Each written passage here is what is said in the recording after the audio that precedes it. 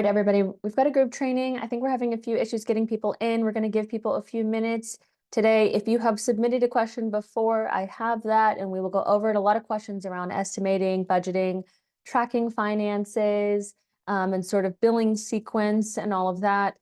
So we're going to hit on those things today. We did have one question about the timeline and setting that up, so I will try to get to that as well. Finances can sometimes take a long time.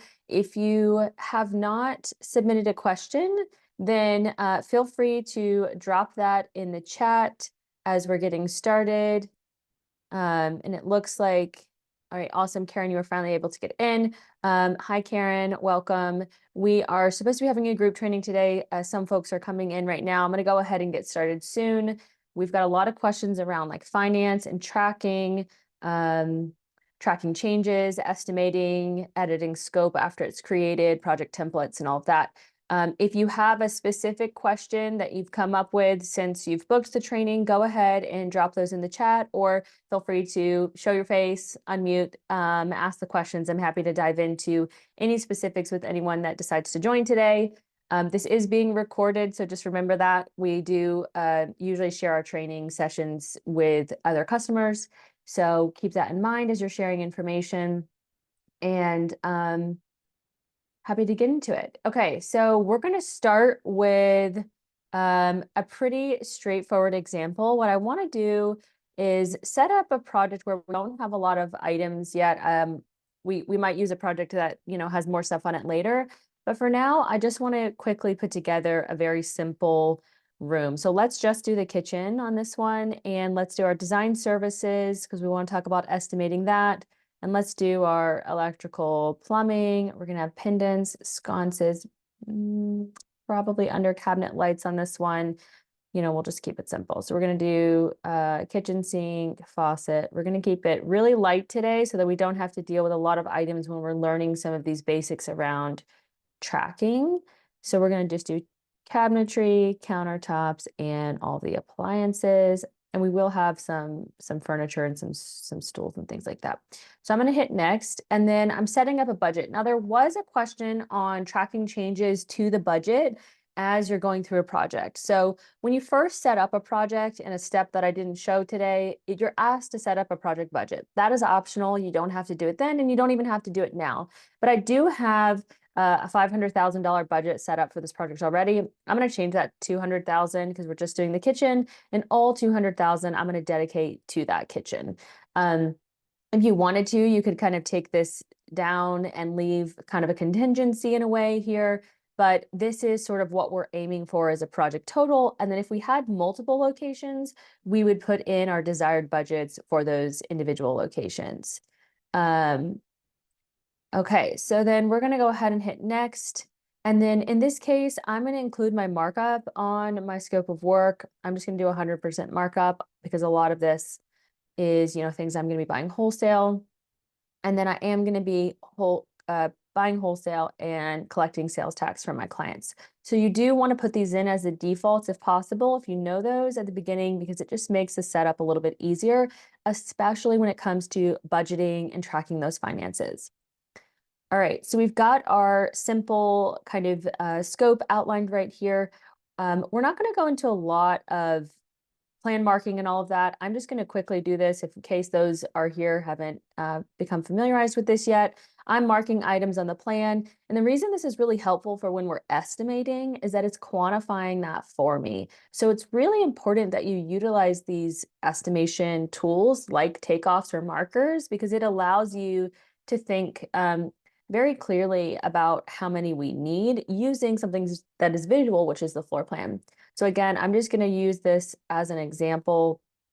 We're going to add those in. And so I want to make sure that all of my items when I'm setting up a project have those estimates. Now, if you have components on your account, components is a new feature we're rolling out, is in early testing right now. If you don't have it, definitely reach out and ask about it.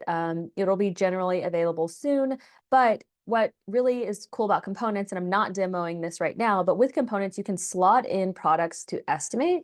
And then we're also shipping something called kits, which is going to be kind of like little mini templates. You can insert rooms all at one time. So that is going to be that is going to make estimating and setting up a project lightning fast with accuracy. And I'm so excited about that. And then components also allows you to build out multiple pieces on the back end that are all orderable. If we have time today, I will demo that, but because it's not on everyone's account, I didn't want to start with that today. So when we're estimating, we are, putting in a number. This is a guesstimate. This is the closest thing we can think of. This doesn't have to be exact. It just needs to be about what you think. So with this project, maybe some input from the designers on your team, if you're not the designer, is what's the budget like? Is this high, medium, low? Are we doing mid-range selections and finishes? That kind of thing. So I'm just going to go ahead and put these in here and really quickly spell those out. So again, all these are actually going to be just the markers. And one thing you'll notice when you're estimating is, in case you forget which one you click on, right here under estimate, it says plumbing, kitchen, kitchen sink. So that's great. I'm just going to save it. And actually in this one, I kind of want to do the area tool because it will highlight the sink for me. Now, obviously the sink is not in square feet, so I'm just going to go back in and change this to 1 unit. Okay, so I am starting to mark these, and I just want to go through these few quick items. Backsplash is another one. Really great to know how to do this. Because we don't have an elevation of the kitchen right now, an interior elevation, we're going to mark the plans using the linear foot tool here. And let's just say this is where our backsplash is going. And then we're going to go ahead and we're also going to mark it over here. And so what this does is allows you to calculate the square footage without having an elevation. We're going to go up 7 feet and a 10% waste. All right, so that's their floor tile. Again, we'll do that. All right, we do have two questions from Karen. Karen, the first one we'll get to a bit with the tracking trades, estimates, and quotes. I will cover that. And then how did you get the estimate? So your Yeah. program says estimate for kitchen sink or whatever. Does it just automatically say estimate versus actual cost? So, See how it says estimate for kitchen sink? So yes. So uh, an estimate is always going to, when you start out with the scope of work, anything that you type in here is going to be the estimate. That's uh, because we're not putting in an actual product, right? This yeah, is this is like, we think that the sink is going to cost this much and we're going to approximately have this much markup and tax on it. So this is all very preliminary, and this is part of just planning what goes into the project. Once we add in a selection, that's when we get an actual, right? That's when we get the actual. So everything in this scope is really considered an estimate or a budget. awesome. Thank you. Does that make sense? We're Yes, good? it does. That makes sense. Thank you. Okay, perfect. Yeah. So we'll just do a few more of these. I know we're gonna speed along. I'm boring everybody with all the plan marking, but I want to make sure that it is something that you know how to do, especially if you're responsible for setting up estimates, and kind of budgeting and outlining and organizing the project. This is all very important. And it's really one of the key things that Materio offers is this robust planning. And a lot of times we don't like to plan as designers. We like to jump into the really fun stuff, but this is really important if you're trying to track anything financially. And if you are wanting to be really accurate when you propose to your client, it's going to set up better expectations. It's also going to make you look very prepared and very put together. Also great if you're working with a builder, because they're going to be like, whoa, you really did a great job. So I've put in my budgets here. Cabinets, linear feet. Also, we'll just type in a unit number here as well. And then we're going to do countertops. We could also do that with the plans. We're just going to do area. And I'm not going to worry about the cutouts or anything right now for this. I'm just going to mark. You could, well, I guess this one I'll skip the range. Okay, and I'll save it. And with that, we probably got the waste in there. So now we have our kitchen kind of mapped out. And so we're going to pretend we're just doing a kitchen today, although this plan has more. And now we're really starting to think about what goes in here. Obviously, I have all these appliances. I'm not going to go through marking all of those, but you would highlight those, budget those, and all that. So again, this is your estimate, right? And now we can do two things. And it really depends on how you operate. If you are a design build firm, Most of the time, the design build firms using our platform and just the way that they operate, they're going to collect a large sum of money upfront on whatever the project is. So if we are moving forward this project, let's say we've estimated out our entire project, we have sat down and reviewed it with our client, and this is preliminary, right? We're not designing anything yet. And then we go and we send the contract over. Let's add a client to let's just invite a client really quick to this project. So once we send this contract over, you'll see here, this is going to spell this all out for you. You can put in your design agreement in here or your contract terms. You can insert these into your standard contract terms and edit those as you need. And then we're going to send this over to our client for signature. I'm going to sign it on my end. They're going to sign it. And once they sign it, we are going to get a signed copy in our inbox, and it's also going to live over here under contracts that is signed. So we're going to estimate this out, have a discussion with our client. We might be, value engineering, changing some things if we're doing construction, and then we're going to send that contract over. If you're a design team, you could also absolutely utilize that contract feature. It is great to kind of lock it in. And you can have selections on there already that's there for you at any time. And you can also send as many contracts as you want. You could send one, get it signed, make some changes, send a revision. So that's actually one question that came in from someone was tracking changes to the budget. If the project is not officially live yet, like we're not breaking ground on the construction side of things, I would definitely opt for adjusting the budget and sending a new contract over. So that's definitely an option pre-construction. Once you're in construction, we're going to make it live and we're going to track change orders. But for this, we've got our estimate here. We've sent our contract. One thing I forgot to do on our estimate is design services. So let me do that really quick before we send our first invoice over. So with design services, this is going to be a non-selection item. So this little green paint roller right here, this indicates that the item is a selection like these below, and you'll see they have a little question mark and that says options needed. That's because we're eventually going to fill in a product to fill that gap. For this, we're going to uncheck selection, and we're actually going to just write design hours. Let's say we're an hourly firm and we want to make sure that we've accounted for that. Now, when it comes to estimating your design hours, you actually don't want to just type in your billable rate here. This is where you want to get an idea of what the cost is for your team or for you. And if you need to create multiple line items to break that out, if you have like a special procurement team or junior designers, you can always do as many line items as you need here. But this is where you want to say, okay, actually it costs me $75 an hour for my time, for my insurance, for my overhead, all of that. And then I'm actually going to mark that up a certain amount so that my billable rate is $150. So you want to estimate your cost versus your billable rate, because you are not free, you are not $0. You absolutely cost money, and so does everyone on your team. So we want to make sure we have that accounted for. Now we're going to go in and we're going to type in the estimated amount of hours that we think it's going to take on this project. And I'm actually just going to switch it to hours just so it's really clear. We have 150 hours at 22.5 for our clients. So now that we have that estimated out, I'm going to go ahead and send over my first invoice. Now, again, if you're a design build firm, you're probably going to collect a large deposit at the beginning of the project. So we're going to go through two financial kind of moments at the beginning. First is going to be what design build would do. The second, I'm going to do a design services retainer. So just take this with a grain of salt if you're not doing one of those and you're doing the other. So the first is taking a deposit. Now that we have some scope estimated on our project, we're going to go to finance billing, and then we're going to create a deposit. And instead of just collecting like $50,000 or some random amount and having a payment schedule that's somewhat arbitrary, let's try to tie this to our scope of work. So in this case, I'm going to send this to my client. You can CC anybody you need here. So if there's a second client on the project, let's say there's a partnership, there's a husband and wife, whatever it is, you can put the second person here. They will both receive it and either of them can pay it.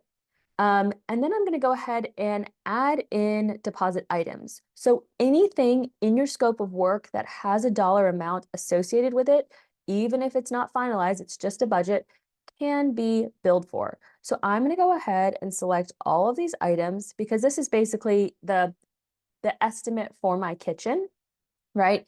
And in this case, if you're a design build firm, you can choose to do part of your design hours if you're breaking that out. I'm just going to pretend we're just doing the scope here. So I'm going to next. And then in this case, since we're doing the initial deposit, I'm going to collect 50% of the deposit or the estimate here. So this is going to give me a really great way to start off the project with some funds in hand, knowing that we are moving forward fast. So I'm going to go ahead and send over this estimate. I'm going to call, this deposit invoice. And I'm going to call this, project deposit 50%. I was going to name it. You can put a memo in here. You can attach your legal terms down here at the bottom. We do have an integration with Stripe, and we also have Materio Pay, which is new, but it is a native way for you to collect payment. So definitely check that out. I'm going to go ahead and send this over. Just a note, the default in Materio is always that the client covers the fees. Most states allow that. If your state does not, make sure you change that. And go ahead and send this over. So once I send this deposit over, you'll see that I do have QuickBooks connected and it is syncing over to QuickBooks. And I'm going to go ahead and just for the sake of this demo, I'm going to just say that we received a check. And if you receive a check, definitely send a payment confirmation over to your client. It just lets them know like we've got it, we've processed it. So now it's applied to this to these items. And a deposit is going to earmark funds for those specific line items. And then later, once we actually choose products and we approve it and we send a final invoice for those prices, it will apply that deposit. Okay, so then we're going to go into, that's how a design build for typically would collect that first initial deposit. Now, one thing I will say, I am trying to come up with this. I'm trying to kind of rally behind this. I feel like this is actually something that can be really useful for interior design firms. So although this is typically a design build practice, if I have an estimate and I've done my planning and I send a 50% deposit or more, 75%, 100%, whatever it is at the beginning, guess what happens when I'm ready to order? There's no waiting. I'm ready to go. I feel confident that I've already collected some funds on those items and I can go ahead and place orders. And then I can send a final invoice once I get additional shipping changes and all of that. But it just gives you so much power if you can do this up front. And this is all going to be connected to those line items. All right, now the next thing we're going to do is collect a retainer against our design services. So Karen, I know you just jumped in and asked a question about a flat retainer. Yes, so we're going to go ahead and do that now. So I'm going to go ahead, and this is kind of the typical start of the process for a design firm, is we're going to collect a retainer before we start designing anything. And this may be before we even start really estimating or budgeting. This may be the first thing you do on your project. So let's just pretend we haven't done any of this yet. And we simply want to collect funds because now we're going to actually get started designing and working on this project. So I'm going to go ahead and go to the same place, finances, billing, and then new, and I'm going to click the option of retainer. And in this case, I'm going to call this my design services retainer. And I'm going to invoice this to my client again, and then I'm going to add a retainer, and I'm going to do design retainer. We'll call this, we'll just call it, I don't know, we didn't even have to put an hour amount here. We'll just do 20K, and then we'll add it in. And so again, same thing, put your legal terms in, send this over to your client, and let's just again pretend that they paid us. Again, if you're using any of the automated like integrations or Materio Pay, this is going to happen automatically if they do these payment methods. So we're going to save that. All right, so now we have a retainer collected and paid for. So you'll see right here under project balances, we have retainer available, and we have $20,000 here that we can use. So this just means that we have kind of like a store credit to our studio, right? We have $20,000 that can be used. You can use retainers in multiple ways. You can collect them for design services. You can collect it for specific FF&E. But one thing that Materio is not doing, we're not throwing, we're not saying, hey, all of these items are on a retainer. We're saying, come up with the amount that you want to invoice for. And then you're going to eventually deduct from those. So let me show you an example of this. Let's go ahead and put in, I'm actually going to throw in a few options for our cooktops and things like this so I can show you what this looks like when I want to pull it in. So what I'm doing right now is just pulling a few options from our my library here and putting it on these selections so that we can add them in. And you can also to add options, just because I'm doing it a few different ways. Let me show you the ways I can do this while we're looking at it. So options needed, if I click right here, it's just going to pull it up. and then I could do pick from library, and I can pull in an option here. It's supposed to be a wall oven. I think this is a wall oven, and that's a gas range, but we'll just pull it in and we'll pretend that it's the right thing. And then also I can click into an item, and then right here I can say options needed, pull from library. And so this is where I could pull these in. And then I can also, if I'm hovering over this card, click options needed, pull an option in right here. So this is refrigerator. And then I can also come to the selections workspace, view category, look at our appliances here, and pull in a dishwasher. All right, so we've got some product on there, and the reason I wanted to show you that is because I want to show you how you can use a retainer against both product or time. So now that we have our retainer there, $20,000 available, let's just say that our team has tracked a bunch of hours on this project. So we're actually going to categorize this as design services under design hours, and we're going to say worked on boards for kitchen. And let's just say we spent 4 hours. And then also let's go ahead and say that somebody worked on space planning, and this was kitchen layout, post-client meeting. This was another 4 hours. Okay, so now we have some time entered on our project. Our team is tracking their time as they're doing things across projects. And now we're ready to use the retainer against that. So new invoice. And we're going to do add invoice items. And then you'll see here, there's an option called hours logged. So every hour that you've already tracked is going to show up here, which is really cool. We already have our billable rate in here that is set up under the contact. So when you add your team members, make sure you're putting their billable rates in there. I can always customize this rate on this invoice. And I can also always customize rates for projects. So if you have new projects where you're increasing your rates, make sure you check out our YouTube video that goes over locking in specific rates for a project. But I'm going to go ahead and add these on here.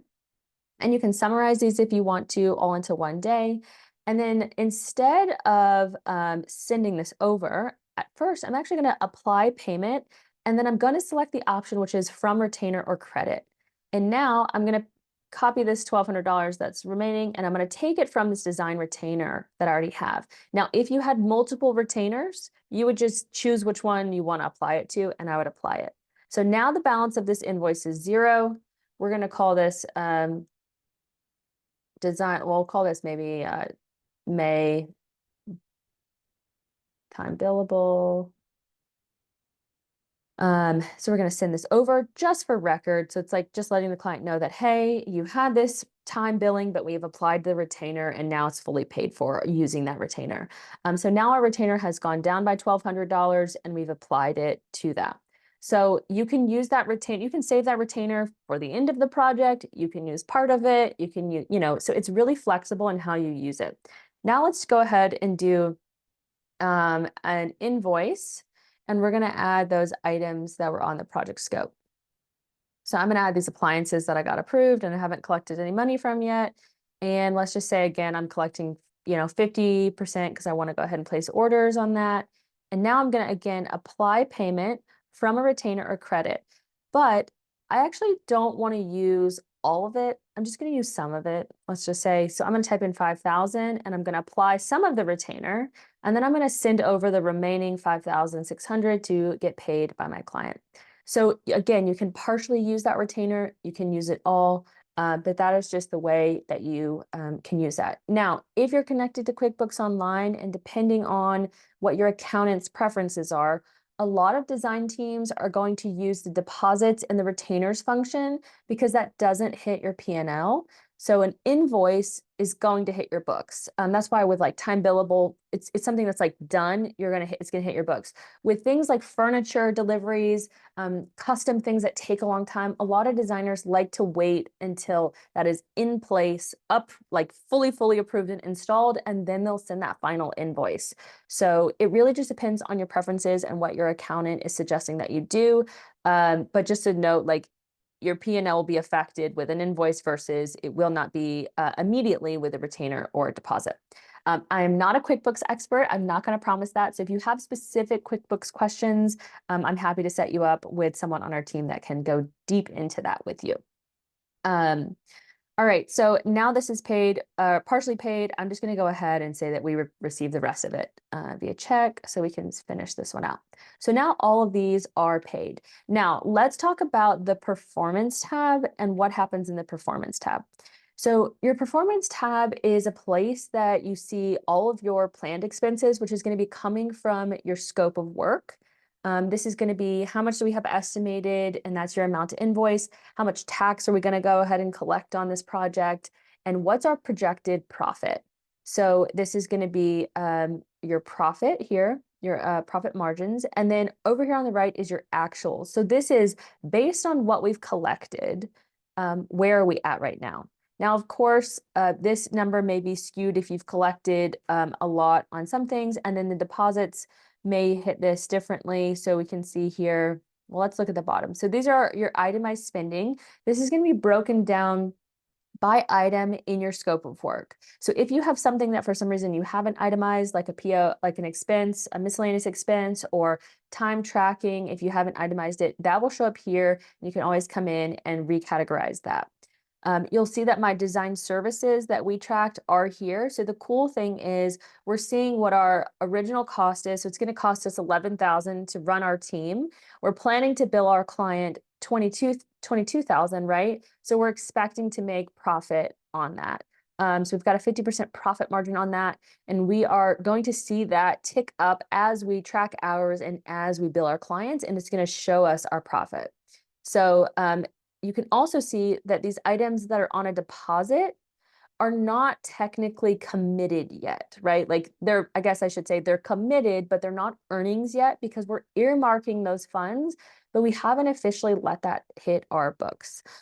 So just notice if you notice you've collected a deposit and you don't see information, just look for it over here. It's going to be kind of our potential earnings, but we're not fully marking that as profit yet. Whereas these appliances, we have collected on those, but we haven't spent any money yet, right? So we actually need to go through and spend some money. So hope that's clear. Let's go through the one question about tracking quotes and orders, because I know that you had that question. Okay, so with the appliances here, I'm going to show you what it looks like. So when you need to get a quote from a vendor, right? We don't have a proper RFQ process in Materio right now. So I'll show you what the workaround is. And then I can show you how you actually input the quote that you get. So let's just say that I really need to get a quote on this range hood, this refrigerator, and this dishwasher, because I just don't know exactly what it's going to cost. So the best way to do this, in my opinion, is come over to your selections workspace and go to export. And then I'm going to go to print, and I'm going to select all from the same vendor. So let's say I have AJ Madison is quoting me for all of these products, or I've gotten the product put in that I think I want, and I want to get an official quote. And then I'll just go ahead and uncheck these other statuses and only do the ones that need selection.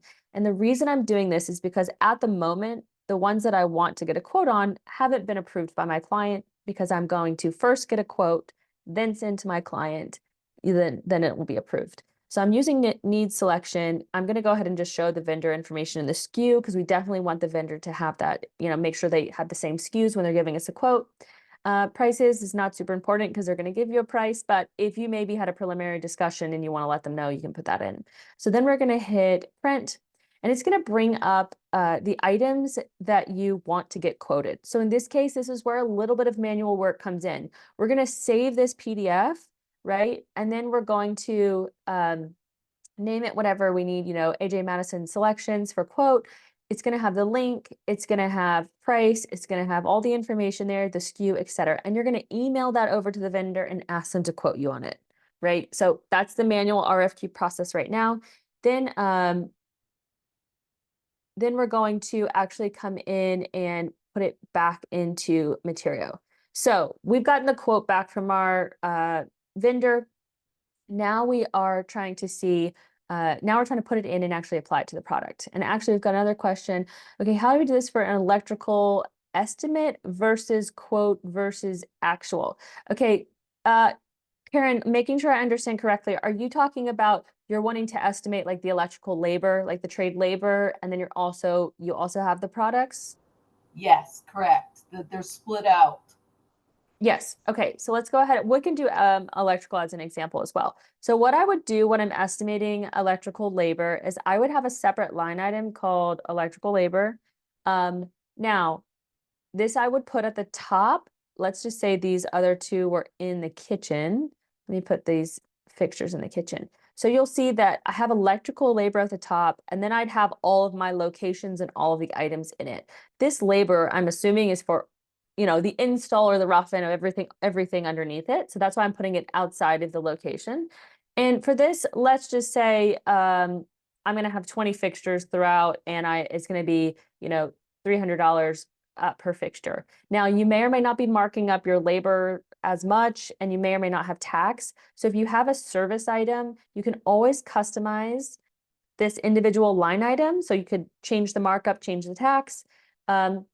I will say, not to confuse you, in components, this will be a little bit different and it'll be a little bit more subtle to your client. It'll be like baked in. So once you get components on your account, if you don't already, there's a video on this.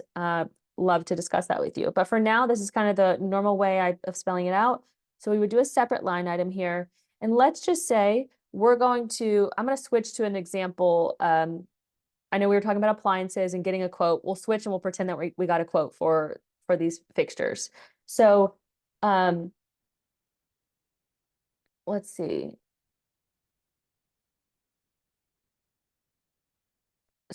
So electrical will say 20K total house. Yeah, I mean, you can do it two ways. So as it stands right now, you can also come in and do what we call cost part or labor, right? So I could also just say it's $200 per fixture. And it's here and there's no tax on it. But the thing that you're going to run into with the existing material without components is that this labor line item is a lump number. So I just want you to be sure that if you have 3 pendants, we actually need to make this $600. So that's where mistakes can happen. I want to make sure I call that out. If you're estimating your labor inside of the item, kind of baked into the item, as it stands right now, make sure you do that math. Like this is times 3, it's doing the math. This one is not. I know it's silly. It's changing with components. So we're going to make sure we'll do it this way. So we'll do labor 400 here, 0 and tax. Maybe we do 20% markup. Okay, so we'll delete this one. That's just 2 ways. So you can do it at the high level and do all electrical labor for the whole house. You could do electrical rough-in, electrical install, whatever. You can break it down if you want. Let's just do it built into the item. So you see here we have our labor cost part. All right, then we're going to go ahead and we're going to throw in an option here just so that when we send this to our, electrician, we can let them know, okay, we're quoting it for this. We're quoting it for this type of fixture because it could be very high end, it could be more elaborate, whatever it might be. And then also I will show you what it looks like to put on a quote on this, a specific item. Okay, so recapping where we're at, we have 2 light fixtures. In those light fixtures, we have a product that we've estimated, and we also have a labor cost part, right? A labor component that we've estimated. So now we want to add in a quote for this labor. So under each category, there's a little plus quote button right here. We're going to hit plus quote. And in this case, what we're doing is we're going to quote the labor on both of these items. So because I'm just quoting the labor, the electrician is not providing the fixtures, I'm going to just select the labor parts. I'm going to upload a quote here. Just going to upload an example, and then we're going to hit next to confirm prices. And this is where we would go, okay, he actually told me it's going to be $500 for this and, $1,000 for this. So we're going to go ahead and hit next. We're going to select our vendor, and then we're going to say when it was quoted and when it expires, and we're going to hit save quote. Now, that it simply saves the quote. It doesn't approve the quote. It doesn't apply the quote. I could bring in many, many quotes. Now I'm actually also going to add in a quote for the actual finishes here. So we're going to do for this is when you're getting a quote from a vendor for the product. We're going to say, okay, for this and the shipping of this and the delivery of all this, we're going to upload a quote here. We're going to go next, confirm prices. It would be very helpful if there was a picture on these, I would say. So maybe we can add that in. And then this is where I would quote what this is going to cost. So the shipping, maybe we get it's going to be $10 each or $20 each. This is going to be, much more expensive than we thought, and the shipping and the delivery. So we're going to just put this in, put in our vendor, save the quote, and now we have 2 quotes. But again, none of this has been applied because we may get a quote from Visual Comfort directly. We may get a quote from a retailer who sells Visual Comfort that can give us a better price, right? So we may want to have multiple quotes here, and we may be getting multiple quotes from electricians. Maybe we have 2 electricians we work with all the time, and we want to make sure that we get quotes from both of them. So you can add them in. And once you've decided which one you want to go with, we'll approve. And when you hit approve, you'll notice that it's going to ask you if you want to update the cost. So in this case, I do want to update the cost that I had originally spelled out for these items, right? If I don't, for some reason, and I want to absorb that, which would be silly, I could turn it off. Maybe if you're fixed fee and you've already put this in front of your client. But in this case, we're going to go ahead and approve this quote and push it over. And we're also going to go ahead and approve these product changes. So you'll see it'll let you know where things have changed, and we're going to approve it. And we want to do this before we send these selections over to our client because we want to make sure we have the most accurate pricing in front of them when they hit approve. So we've got those quotes in there, and that's actually going to reflect on the options. It's going to push over that price, and you'll see down here on this product, we have 2 quotes that are associated with this item, some with the labor and some with the actual product itself. So now when my client goes to approve this item, they're getting a really full picture of what it's going to take. I mean, they're not seeing all these back end pieces, but they're going to approve it, and that's going to be baked in. So I don't know if you have any specific questions around what I just covered, if that made sense or not, but that's how you would track the quote to this item. And now what we want to do is go ahead and get these approved. So I'm going to go ahead and send these over for approval. It looks like I am missing some markup, so I need to fix that before I go markup. Okay, so if you look at your items inside of here, it will show you where you're missing markup. It just looks like I don't have markup on shipping, labor, delivery on this item. I can always quickly edit and come back in and decide to add markup here. So you definitely can do that. You don't have to, but you just want to be conscious when it gives you that warning, hey, you're sending something without markup.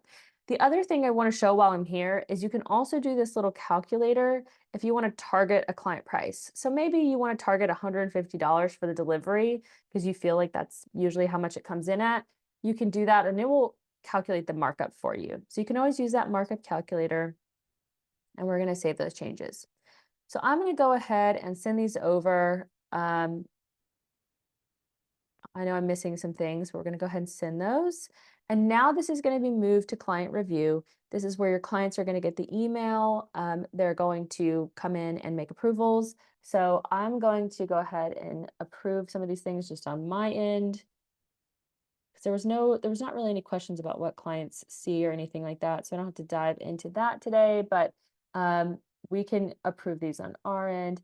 Now, one thing I do want to highlight, just in case you're super new here for some reason, when you go and view as the client, this is going to show you what they see. So you'll see they see a lot less information. They're not seeing the breakdown. They're not seeing the markup. They're just seeing things like descriptions, dimensions, lead time, things that are pretty obvious, and obviously any pictures.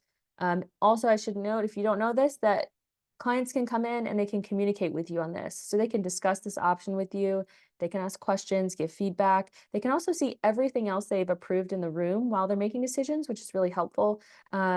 So that's one way to do that. And we are working on design packages. So you will in the near future be able to send over like a whole package, think of a board with a total price and hit approve and get paid for it. So I'm really excited for that to come as well. But now that these are all approved, they're over in the confirm section. Now, what's really interesting is now that we have actual product, you'll notice that these are only paid 12%, 35%, right? And that's because we had originally collected a deposit for 50% of an estimated number. But now we have an actual product and we can actually collect more if we'd like to. So maybe 12% of a product is not enough for me to feel confident ordering it, right? I want to have at least 50 to 75%, if not 100% when I go to place that order. So this is a moment where I would go ahead and I would come into my billing again and I would send over an invoice. And this is where I'd probably do an invoice at this point. Again, you know what, I take that back. Let's do a deposit. Talking about design here. Let's do these two items that are approved. And let's bring this up to 75%. Now, the reason I'm only collecting, we're going to do up to 75% of each. The reason I'm only collecting up to 75% is because I'm anticipating that when I order these, I run into some shipping changes or some things that I might want to push to the client. And in that case, I want to give myself like a little wiggle room to send a final invoice and not have a lot of scrutiny over it. So I'm going to do 75% and I'm going to send this over. You'll notice that when I have an approved product, the photo is going to show up there, right? It's going to look a little bit different. It's going to have some information. I can always collapse this and organize it by, let's say, location. So if I want to say everything in the kitchen, I can do that. There's a lot of ways you can customize this. So put in your legal terms again and send this over. So I'm going to mark this as paid so that I can show you what this looks like. All right, so now if we go back to our selections tab, these are both brought up to 75% paid. So now I feel really confident placing the orders. We've got 75% of this collected. We are ready to go. We should also see over in our finances tab under performance, anything else, some more information on, let's see, where's the electrical? Yes, we've got these deposits here now that are paid. So again, it's not showing you the profit yet because they are deposits, but we've got that earmarked for those items. So I'm going to head over to orders. Orders is the next way that you are going to, or really one of the first ways that you're going to track expenses against items. So not only does an order help you tell a vendor that you want something, right? It also allows you to track expenses to that item very easily because it's in Materio, the items are all linked, right? We've got our scope that flows into a product, that flows into a quote, that flows into the invoice, that flows into the order. So it's all very connected. So in this case, we're going to go ahead and open up this visual comfort invoice that I have here. PO. So in this case, what I want to do, there's two ways you can place an order in Materio. And we have videos on this, but I think I'll go over it just briefly. One of the most common things is ordering something online. Even if you're working with a wholesale account, I may be placing that order online. So if I'm doing that, I'm going to go ahead and go to the website, get this link. If I have it, it should be showing up right here. Open it up, add it to my cart, and I'm ready to go. So we're going to say I already have a bill or receipt. We're going to check this box. And when I do that, this pops up on the right-hand side with a place for me to upload that receipt. So I'm going to go ahead and attach this here. And this actually can be a place for you to store kind of any kind of initial quote if you wanted to, but the quotes actually, if they're approved, link in here. And actually, let me cancel out of this and show you that. So right here, you see underneath this, it says linked quote. This is that quote that we put in for this product from Visual Comfort. And so that's why it's showing here. So it is going to be there, but I'm going to attach a new quote. And this is where when you're tracking an order, you want to make sure, or when you're placing one, you want to make sure that this is lining up, right? So, okay, does this line item match this line item? Is the units the same or the subtotals the same or the discounts the same? You want to make sure that these are correct. So you can always go in and customize these prices. You can customize the order level discounts. You can customize item level discounts. You can customize shipping and tax, right? So we'll just pretend that this is all matching, right? And we're going to hit confirm. Now, there are there are potential steps to take after this. In this case, we have placed the order online, right? So we're going to go ahead and track that we paid for it. So I'm going to record payment. I don't need to add an additional receipt here because I've already screenshot and dropped in the one from the website over here. I do, however, want to select my payment method. So again, if you are connected to QuickBooks Online, you can set up your purchasing methods. And this is really helpful because if you have your purchasing methods connected, that's going to auto reconcile when your banking feed when you place this order. So this is going to cut down on a lot of manual work for your accountant, hopefully, and this is going to make it easier for them. So we use the Amex here. If you had any fees, etc., you can do that. And we're going to hit done. And so now this is fully paid and we're going to hit save. And when we do that, it's going to ask us if we want to update these items to ordered. The delivery doesn't really matter, so I could uncheck that one, and I could add a note if I wanted to here, like anticipated ship date, etc. I should note that you can also, inside this PO, you can put the estimated ship date and the date that it's due and all of that. Due date doesn't matter if you've already paid for it all, but ship date, you may want to say, okay, it's anticipated to ship in 7 days. And so you could put that there and hit save. And where this is tying in, this shipments is going to tie into your timeline. So you'll see here that now I have, I'm going to remove the delivery off of here. The delivery showed up. I'm going to put here that this is expected to ship. It's going to show up on my timeline for the 12th. It's going to show up right here. Once it actually ships and we input the shipping information, it'll move to an upcoming delivery. So it is really helpful that from the orders tab here, you can come in and track shipments. Now, before we jump over to sending a PO, let's say that we did get a shipping notification here. I'm going to click add shipment. I'm going to select the carrier, put in tracking information that I got in my email. Let's just say that it shipped today and is expected to be delivered on the 13th, and it's just the one item. And I'm going to label this as shipped and hit saved. Again, now it's going to update the status from ordered to shipped, and we're going to hit save there. And on our timeline, it should now be expected delivery on the 13th. Let's remove that one. Okay, so that is how the orders work. Now let's go into, how did you get to the billing page? Karen's asking how I got to the billing. Do you mean this orders tab, Karen, or are you talking about finances billing? No, that orders tab that you were at, how you first pulled up that to get it to the right on the right hand side of the page. So Oh, you okay. When you, yeah, so let's do this. We'll do this example and I'll show you. So let's say that we've got our electrician here. This is the labor that's coming in. So if I've already paid for this, let's say he came into the office today and I wrote him a check and I only need to document it. I would just say I already billed him. I already have a receipt. So if I've placed an order online, you know, I would check that box so that I could upload the receipt here and mark it as paid. Okay, I missed that. Thank you. Okay, got it. And then, so let's go through, let's say we're going to send this PO to our electrician. We know that we want to use him and now we're ready to kind of schedule him and we want to go ahead and let him know. So in this case, I'm going to actually, instead of checking that box, I'm going to come down here to the bottom and click preview email. And now what's going to happen is I'm going to display the information. It's going to automatically sort of put his email in there because he's a contact. It's going to have an automated subject line here. You can always edit this if you would like to.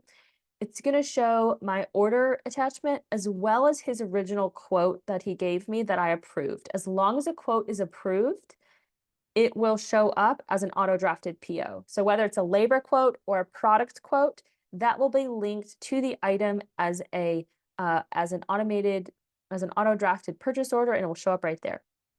I can customize this message, and then I'm going to send this email over to Will, and Will's going to get this, and he's going to take a look. Now, when a PO is marked as sent, what happens is the vendor or the trade is going to get an email, and they're going to be able to log into this vendor portal here.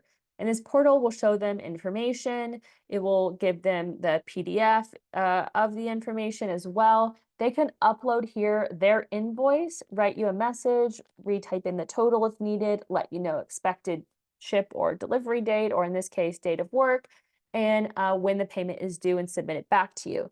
Now, if for some reason your electrician is not so savvy and they just respond to the email, that's okay. You're just going to search for that PO, come in here and attach the bill yourself. You're going to put this in. And let's say that in this case, Will's local. He's obviously coming in to do the work and he does want you to write him a check. What we're going to do is when we hit record payment, let's say that we're only going to pay him half of this now. We're going to do $500. And actually, we want to write him a check. So we're going to select business checking. Again, if you're connected to QuickBooks, business checking, and then print checks later in QuickBooks. And what this is going to do, let's do memo. You would want to do the project name. So June Avenue, electrical work. We're going to hit done. And what this is going to do is document this as partially paid. You don't really need to update the labor as selected or anything like that. So now it's going to be labeled as confirmed, partially paid, and then did I do the payment method? Yes, I did. Okay. Confirmed, and then now you can, when you go to QuickBooks, that check will be there for you to print out. So if you have an accountant or someone in-house, maybe you're the owner of the firm and you're printing these checks out and signing them, that is going to be in your QuickBooks, and that will sync through QuickBooks and then also be linked here. So that's one function of paying someone in person or paying a trade in person that can be really helpful. And then once we fully pay that, obviously, that will be linked. That will be here as fully paid. So you can always come in and add additional payments, additional receipts for that. So maybe he sends you the final invoice. Hey, I'm finished. You would do that here as well. So that is how you would track that. And then over on your performance tab, that is going to show up here as, you know, work that we've spent. We've already spent $1,000 on this labor, and we've paid out, you know, or excuse me, we've projected $1,000 and we've paid out 500. So at the moment we've got 2 deposits that haven't been paid, and we need to get that tied up. So all of that is going to come over here again on this tab, and you can always take a look at that. Now I want to go over expenses as maybe the last thing because we are coming up on time. Another thing that you want to be conscious of is how you can add expenses, because this is how you're going to get to the full picture, right, of estimate versus actuals, is making sure that all of these things are itemized to the line items that you've created and they're here. So a good opportunity for a miscellaneous expense would be, oh, my guy was like installing picture frames today and ran to Home Depot and grabbed nails and a picture framing kit or something like that. That would be their last minute install day expenses. Those would go here. Maybe you went and you printed out some plans or some presentations and you want that to go here. So anything that you didn't plan for that wasn't already specified very specifically, meaning, you know, maybe we have design services or project management as a line item, but there's a lot of things that can go into that. Those can always come over here as miscellaneous expenses. And when we do that, we're going to hit new expense. We're going to upload our attachment. Ideally, we do that. We may not have one, but let's just say that we do. In this case, these were some electrical receptacle. I can't spell today. Boxes, and maybe we did, you know, we use a certain payment method that we have linked here. And if your team has different cards, you know, that they use, they would put those in. The vendor was Home Depot, which I don't have a actual vendor for. I'll just type it in. And then I'm going to select the scope that it went towards. So in this case, we'll just pretend that it went to this sconce. And let's just say this was for the item itself. If it was like white glove delivery of a sofa, right? We would want to put that as delivery in the amount, and we would itemize it to that sofa. We'll just say this is $30, and we're going to say there was $4 of tax, and we're going to save it. This is going to itemize back to that as an expense. That expense is going to sync to QuickBooks Online as well. And then it's going to show up again over here in the performance tab under that sconce. It should show up as that, let's see, it's right there, I think. Did I do it on the sconce? Oh, I forgot where I put it. And then let me show you what it looks like actually to not itemize something. So I'm just going to do a test expense. We're going to say that we didn't itemize it. It's $150 and we used our Amex for something and there's like really no information here. I guess I have to select a category. We'll just say design services. All right, when I go over to the performance tab here, you'll see that now I have an unitemized financial bit. So I want to click on this and I want to click on this expense. It's going to open it up for me. And this is where I'd want to go in and I'd actually want to specify what it's for and save it. And so now when I go back to my performance tab, that's going to be gone. So anything that you haven't properly itemized to something in your scope, it's going to show up right here and you can always change that. Same for time. You may do this with time a lot where your team doesn't itemize it, but you want to go back in and financially make sure that all your ducks are in a row. You can go in and re-itemize that. Under expenses, you have all of your time tracked. And if you open this up, you can actually very easily see the time. You can change the category, you can change the item, and you can even add time here as well if you'd like to. So that is all possible. You can also download this if you need to for any reason. A lot of this is downloadable. You can see it's all got that. And then all of your purchase orders are going to show up here as well as sort of a summary of all of your expenses. And then of course it's going to be linked to your actuals in the performance tab. Now, last thing, you can also always download a comparison here. You can also download your detailed estimate, and then you can also compare your estimate versus actuals.